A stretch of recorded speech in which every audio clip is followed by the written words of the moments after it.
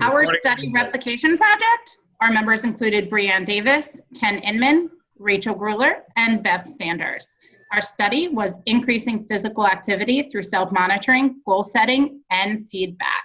At this time, I'm going to hand the presentation over to Ken Inman, who will be going over the original study as well as the purpose. Go ahead, Ken. Yes, thank you, Rachel. The study we chose to replicate was increasing physical activity through self-monitoring, goal setting, and feedback. It was a 2008 study that sought to increase the physical activity of participants utilizing just a simple pedometer for recording the data and for self-monitoring, the aid of a researcher or experimenter to assist with goal setting and provided encouragement to the participant. The study also had a secondary hypothesis in addition to just using an intervention to increase the activity, that they did so that it would prevent weight gain. There were 4 participants. They were aged 47 to 59, 3 males, 1 female. They were all of a healthy weight and did indicate that they performed some exercise already. 1 male participant, however, was unable to complete the study. He made it through 31 days of intervention, so his data is included. Data collection, they defined their activity as steps, and according to the study, a step was defined as any activity that was recorded by the pedometer. Participants met with the experimenter weekly. Participants were unable to access the pedometer data during the first baseline phase. That first baseline, well, I'll go on that later. Agreement was assessed by comparing data stored on the pedometer against the data reported daily by the participant after the baseline, of course. And they calculated the reliability by, or the agreement by calculating the times that the participant didn't respond with the data or incorrect data against what they got off the pedometer's memory during that meeting. The initial baseline phase, the participants were prevented from accessing the data on the pedometer. They didn't have any goals. They didn't receive any kind of feedback. The duration of the baseline was different for the different participants. So it wasn't necessarily like they did 1 week or 2 weeks. Each one seemed to be of a different duration. During the intervention, the goals were based upon weekly averages. If the participants met their goals, then the totals for the next week's goals were increased. Experimenters responded to, well, the participants reported by email their daily step totals, and the experimenters responded back by email with praise.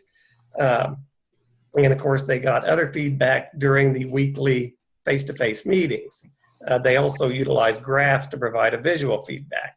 At the end of it, the participants were presented with a survey to calculate social validity, and they had basically 3 questions of, each section, did they feel that the intervention was useful? And of course, they did respond affirmatively. That was the encouragement that they were receiving from the experimenter, that they didn't feel that was really useful. The feedback, however, and the goals were, for the results, the step totals did not correspond with the participants' daily goal, and so they didn't include those in the graphs. But, well, there's a note on that later. Step totals did increase during the intervention relative to the baselines. Then they decreased again during the second baseline and increased again under the second intervention. So that did show that there was a functional relationship between the intervention and the participant steps. For the discussion part, the author felt that the study had just been too short of duration to draw any conclusions as to its effectiveness for maintaining a healthy weight. It ran for 81 days, and that just wasn't a long enough time to tell. None of the participants' body weights fluctuated enough to even graph them. He felt that it was inexpensive and it wasn't very intrusive. It might be a good way to increase physical activity in adults. He also felt that daily goals, step goals, were not really effective. But over the course of a week, that the participants, some days they may be low, other days they were high. So over the week average, they increased. The purpose of our study, of course, was to replicate the study with the intent of evaluating the results of an intervention. But also, to me, I think a second part was the learning process we had here, because I learned much more about these studies than I had considered before. And I'll hand that back to Rachel now. Thank you, Ken. At this time, I'm going to hand the presentation over to Beth Sanders, who will be discussing part of the method. Go ahead, Beth. All right, thank you, Rachel. So as our replication, we originally had 5 participants. They were myself, Rachel, Ken, Eric, and Jay, and Brianne. But Eric had to withdraw from the course before the study began, so he is not included in the study. Each group member acted as an experimenter and as a participant, and we were paired up according to a randomizing website. Each member collected data on themselves in their natural environment using a tracking device throughout the duration of the study. The participants met with the experimenters during the intervention phases daily, and then weekly during the baseline phases. During the baseline phases, the tracking device was taped out so that the participant could not see what was the amount of steps that they were taking throughout the day.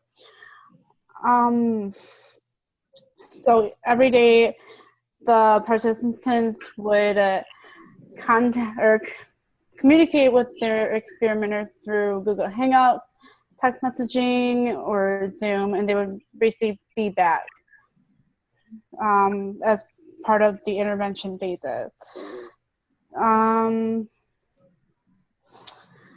A bathroom scale was used to collect the data or the weight of the participants daily. And these data were recorded in Microsoft Word or Excel documents. And then the steps were defined as the same as the original study. Any physical activity which is recorded by the pedometer. And then steps were recorded electronically through, like I just done, the Microsoft Excel Word document.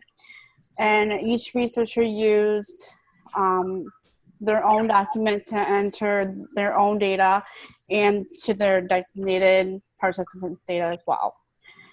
For our design, we used an A-B reversal across all 4 participants. And then I think at this time, I'm going to pass over the presentation to, I believe, Brianne. Yes, thank you, Beth. So at this time, Brianne Davis is going to continue with the methods section. Go ahead, Brianne. Thanks, Beth and Rachel. All right, so during our baseline, which took place in weeks 1 and 3, all participants covered the pedometer with something so that they were blind to the amount of steps they took each day. And as stated before, the participants were all the time through every daily activity except for showering and during sleeping hours. At the end of the baseline phase, the participants then viewed their steps and reported their steps to the researcher and their 7-day average from the pedometer's memory also. And then after the first baseline phase ended, the first treatment phase began, and the participants kept wearing the pedometers, but took the tape off so that they could see it through all of treatment. Our intervention took place in the 2nd and 4th week. This time, and during baseline and intervention, the participants were matched up with a researcher. It was another group member, and this was done using a name randomizer. Positive feedback was given to each participant from the researcher once they reported their steps at the end of each day during treatment. This reinforcement was given via text message and participants were also given verbal encouragement regardless of their progress as well. Goals were set by each participant based on the baseline averages, and if they met their goal or exceeded the goal of steps per day, they would increase their goal, and if they did not meet or exceed their goal, the goal would stay the same. And thank you. IOA was conducted by each participant, and for treatment integrity, each participant used the pedometer to avoid human error of tracking steps. And the pedometers were worn at the waist by all participants except for one. One participant was required to wear the pedometer in their pocket. Okay, thank you, Brianne. So at this time, we are going to go over individual IOA. Brianne, it is your turn again. Go ahead. All right, so for my IOA, I cross-checked report of relay, myself, and the pedometer. So I was not able to see my steps at the end of each day, but I did have a relay check my steps at the end of the day and record them without me being able to see what they were. And then at the end of the 7 days, I reported my steps from what the pedometer said to my researcher, and then I cross-checked everything. My IOA came out to 100% with what the pedometer had on its 7-day memory. And then during treatment phase, there was no relay, but again, I did cross-check what I reported to the researcher versus what the pedometer's memory had, and it came back 100% as well. Thank you, Brianne. For mine, I actually started that with it as before our study began, as I was trying to tell what if the devices would even be accurate enough to use for the project.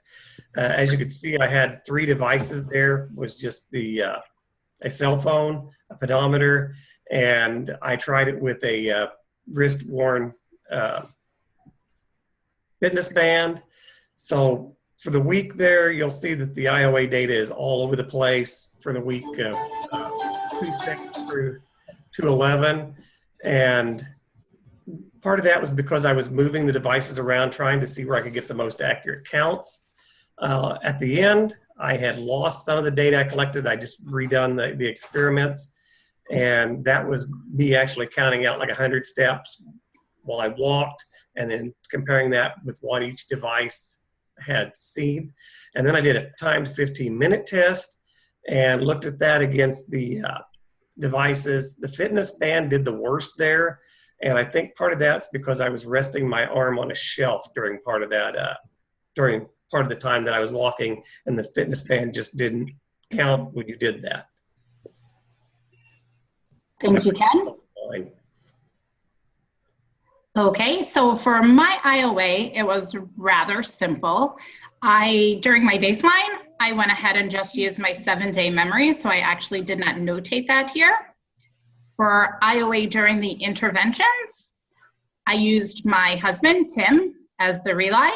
So he would write down what the pedometer said. I would then read the pedometer myself, and I would report that data. So it is clear 100% across the board. Go ahead, Beth. Okay, so for my IOA, I actually had a little bit of trouble with the pedometer. As you can see, there's a couple of zeros on my chart. The pedometer malfunctioned early on, so I decided to use a second method, and I used my Fitbit at the comparison.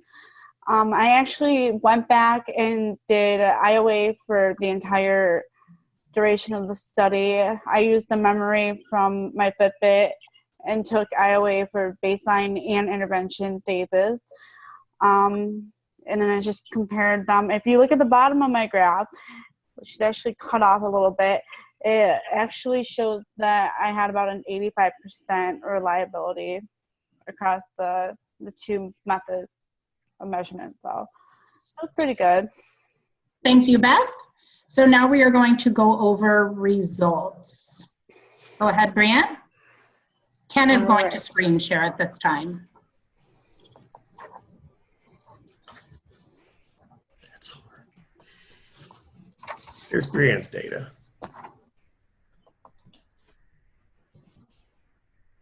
Hope everyone can see that. Yes. I think my graph is a little bit lower. Thanks, Ken. So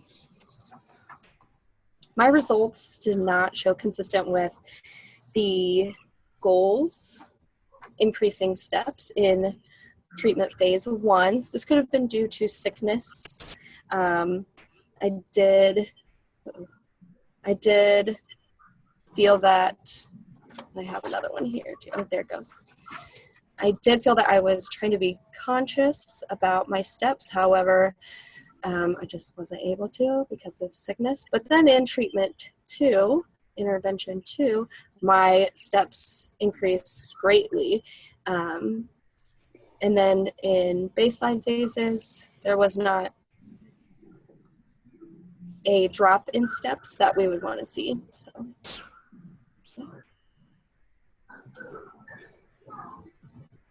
Go ahead, Ken. Okay, let me see if I can get mine up. Can everyone see that? Hopefully it changed from Brianne's. Not yet. No. It did. Hold on, I'm probably going to have to stop share and reshare that. Sure. That's, can't find where it hit it. Why do you want to just show that? Well, mine is open and it's not giving me the opportunity to do that.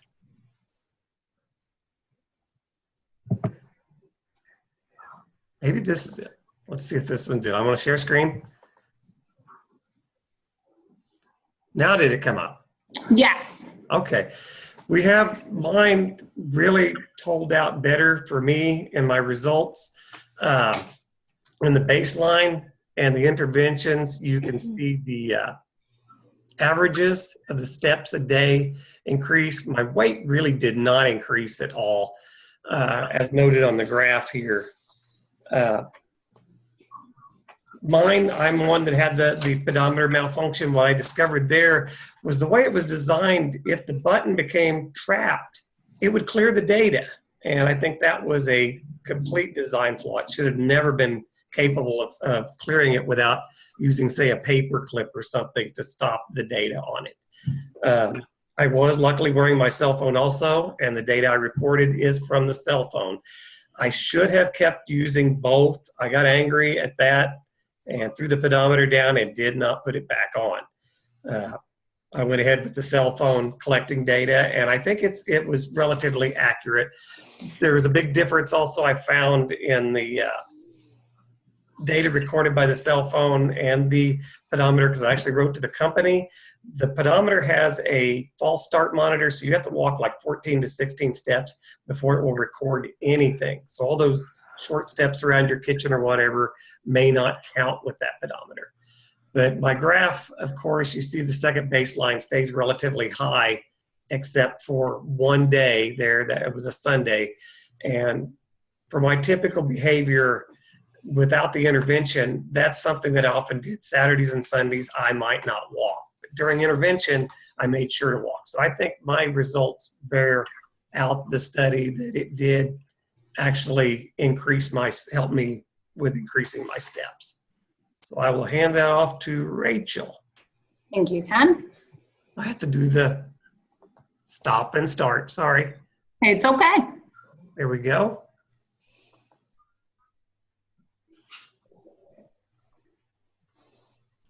Thank you, Ken. Okay, so here we are looking at the graph of mine. So you can see mine is actually rather similar to Ken's. You can see in my first baseline that my steps were relatively low. And then when we went into the treatment phase and feedback was offered, my steps increased by quite a bit, I think a little bit over 2,000 steps.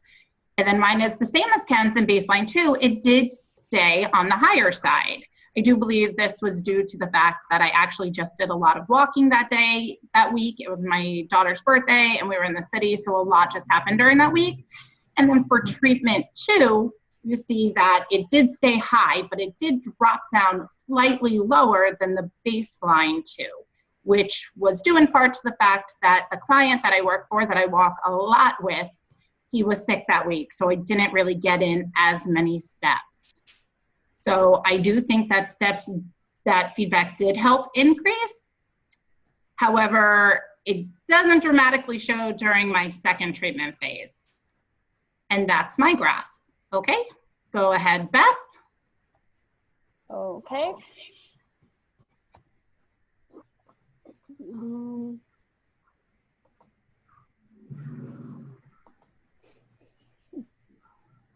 Yeah, we should be having Beth up. Thank you, Ken. Okay. Okay.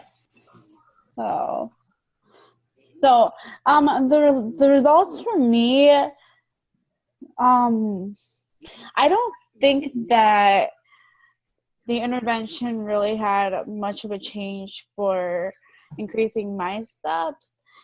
If you look at the graph, you can see that there's a slight change. There's a slight increase in my daily steps, but hold on. Move the graph. There we go. Yeah. There's a slight change, but I think it stayed relatively the same. There's a couple of points where I kind of go up in the baseline, and there's a couple of high points during the intervention phases.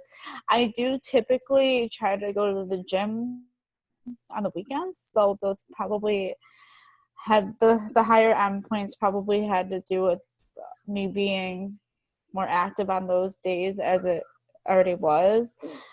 But I think over time, though, with the positive feedback and the mentality that I got from the encouragement, I think that it could probably increase my physical activity. But the duration of the study was so short that I don't think that there was much of an increase. But that is my result. Thank you, Beth.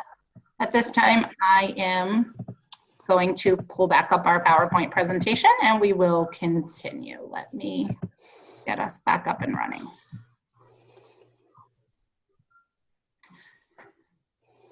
So for the discussion, we found that during the study, each participant's weight showed very little, if any, change at all.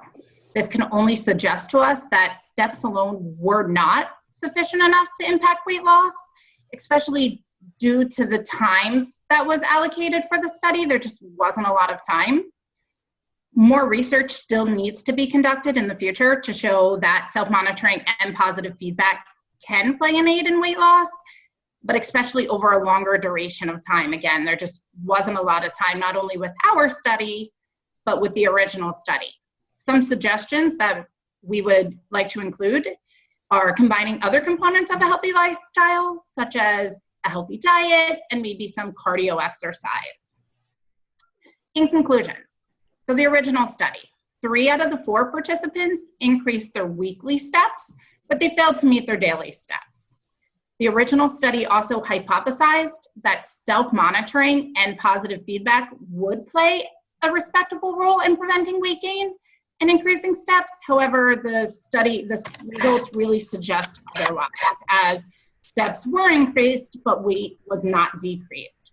In our replicated study, all 4 of the participants did see an increase in their average steps, but as you saw through the results, not everybody's varied that greatly, but we did see an increase at the end of each intervention phase. But as for weight, with the same as the original study, we did not see a decrease in weight. It kind of just maintained the same. Limitations. So we did have some limitations within our study. We had an IOA limitation. We had inaccurate and faulty pedometers. We also lost 1 member. For IOA, our IOA did deviate from the original study. It was just nearly impossible to meet with somebody face-to-face due to timing, due to location. IOA was solely up to the participant. Each person was responsible for their own IOA. As for reliability data, so that was kind of inadvertently overlooked, and we did not collect it. For that, we do apologize. So the agreed upon pedometers that all of us purchased, we went on Amazon and purchased these little blue pedometers. We all wore them. However, Ken, due to some type of design flaw, his did erase his memory, and I also think Beth saw the same problem. So they both went ahead and used another device. And then early on, we lost 1 member of the group. However, data had not been collected at this time, so it really isn't skewed in any way.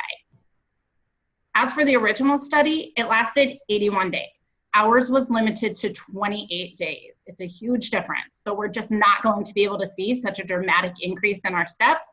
But I think for the feedback that was given and the timing that we did have, it was nice to see that majority of us actually did see an increase in our steps. And we do have a contribution log.